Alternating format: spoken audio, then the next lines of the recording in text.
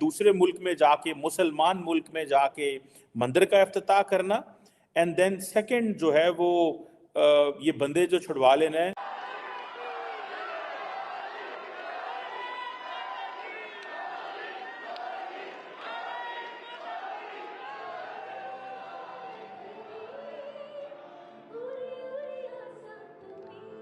कैसे ये भाईजान उनके हुक्मरान ईमानदार हैं, उनके लिहाज से, हमारे लिहाज से चलो नहीं है, उनके लिहाज से ईमानदार हैं, बस यही बात है। हमारे क्या पॉलिटिशियन का मुकाबला उनके साथ हो सकता है, उनके पॉलिटिशियन उनके हुक्मरानों के साथ? बेशक नहीं हो सकता।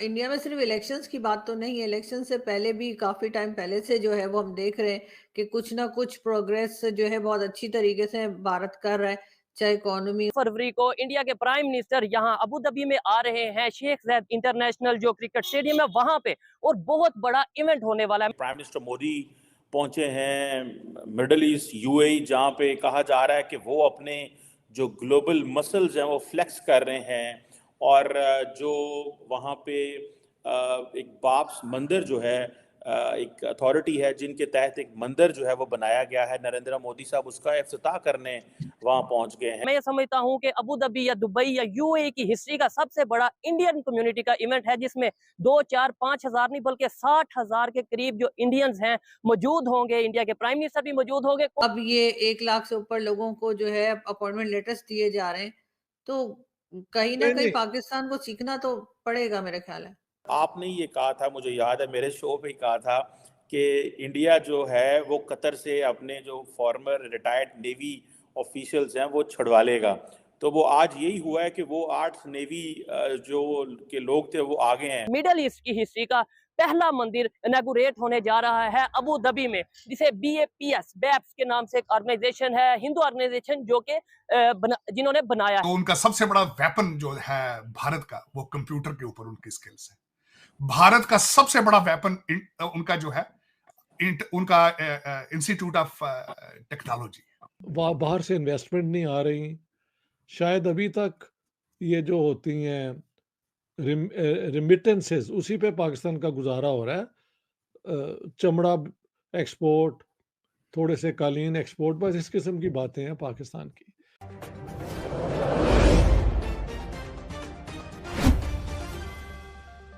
वहाँ पे एक बाब्स मंदिर जो है, एक अथॉरिटी है जिनके तहत एक मंदिर जो है वो बनाया गया है, नरेंद्र मोदी साहब उसका इफ्तिताह करने वहाँ पहुँच गए हैं। और एक और बड़ी डेवलपमेंट ये है कि तार साहब आपने ये कहा था, मुझे याद है मेरे शो पे ही कहा था कि इंडिया जो है वो कतर से अपने जो फॉर्मर रिटायर्ड नेवी ऑफिशियल्स हैं वो छुड़वा लेगा। तो वो आज यही हुआ है कि वो 8 नेवी जो के लोग थे वो आ गए हैं। तार साहब इन दोनों इवेंट्स को कैसे देखते हैं, दूसरे मुल्क में जाके, मुसलमान मुल्क में जाके मंदिर का इफ्तिताह करना, एंड देन सेकंड जो है वो ये बंदे जो छुड़वा लेना है। How do you see these developments particularly for prime minister Modi's politics?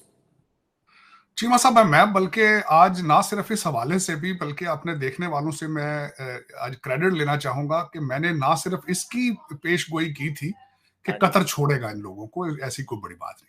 दूसरी ये थी कि जब मिसाइल के हवाले से आपको पता है वो जो एक खबर आई थी और बोइंग के हवाले से, तो मैंने कहा था कि ये नहीं रोक सकते, ये देंगे, ड्रोन्स भी देंगे और ये तैयारे भी देंगे। और दूसरे दिन ही खबर आ गई थी। उसकी वजह यह है कि चीमा साहब मैं वाशिंगटन डीसी को देख रहा हूँ इस वक्त, और I am sitting in Washington DC, और मैं इन्फ्लुएंस देख रहा हूँ डायस्पोरा का, भारत की इकोनॉमी का, उनकी साइंटिफिक अचीवमेंट्स का, उनके कंट्री के अंदर लॉ एंड ऑर्डर का बेहतर होना, चाइना का नीचे जाना, और ओबामा की वीक फॉरेन पॉलिसी को जब मैं देखता हूं तो मुझे इंडिया बहुत स्ट्रांग नजर आता है, बहुत स्ट्रांग नजर आता है। और बाकी इसमें कोई शक नहीं है कि इस वक्त वाशिंगटन डीसी के अंदर यहूदी लॉबी के बाद दूसरी स्ट्रांगेस्ट लॉबी, बल्कि मैं ये शायद ये भी कहने में मुबालगा राय नहीं होगी कि हो सकता है कि इंडियन लॉबी इजराइल की लॉबी, यहूदी लॉबी से भी आगे जा चुकी है, इसमें कोई शक नहीं।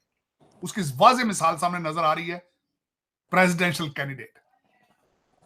फिर जो उनका सबसे बड़ा वेपन जो है भारत का, वो कंप्यूटर के ऊपर उनकी स्किल्स है।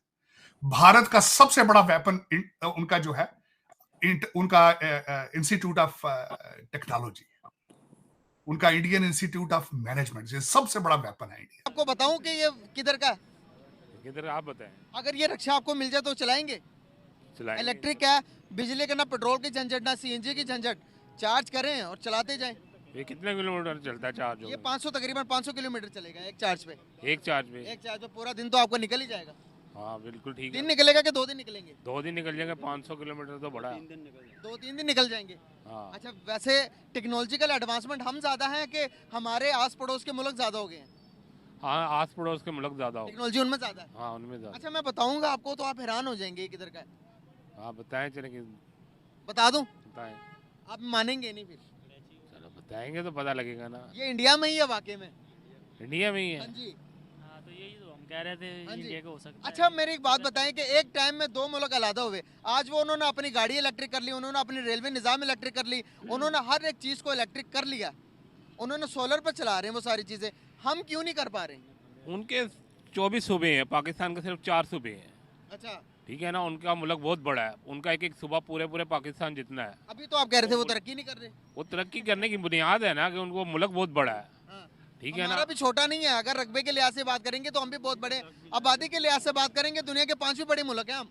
दुनिया के 5वें मुल्क है, लेकिन इंडिया के मुकाबले भी नहीं है। इंडिया बहुत बड़ा है, ये आपको भी पता है। तो क्या मुकाबला नहीं कर सकते हम उनका?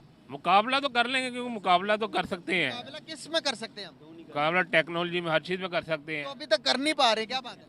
क्या कहना है, मुकाबला कर सकते हैं मौजूदा टाइम में कर सकते हैं, क्योंकि इकोनॉमिकल लिहाज से?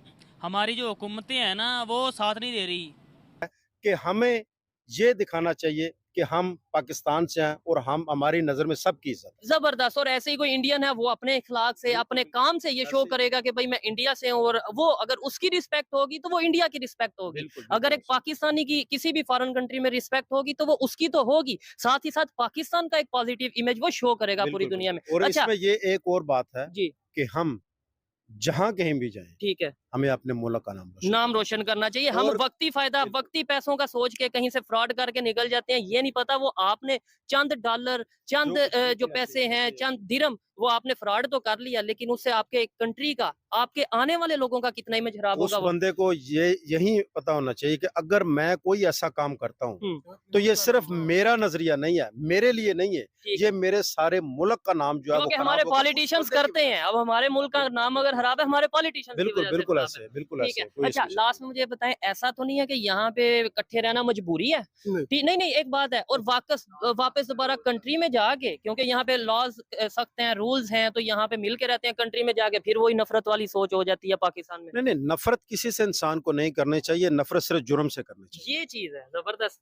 इंसान जितने हैं वो सब बराबर हैं, मुजरिम से हमेशा। नहीं। हाँ बिल्कुल, इंसान सब बराबर हैं। हर इंसान को दूसरे इंसान का ख्याल करना चाहिए। ऐसे ही है, और चाहे वो हमारे किसी भी मजहब से बिलोंग बिल्कुल, करता है। हजरत मोहम्मद मुस्तफा सल्लल्लाहु अलैहि वसल्लम की जात मुबारक ने फरमाया कि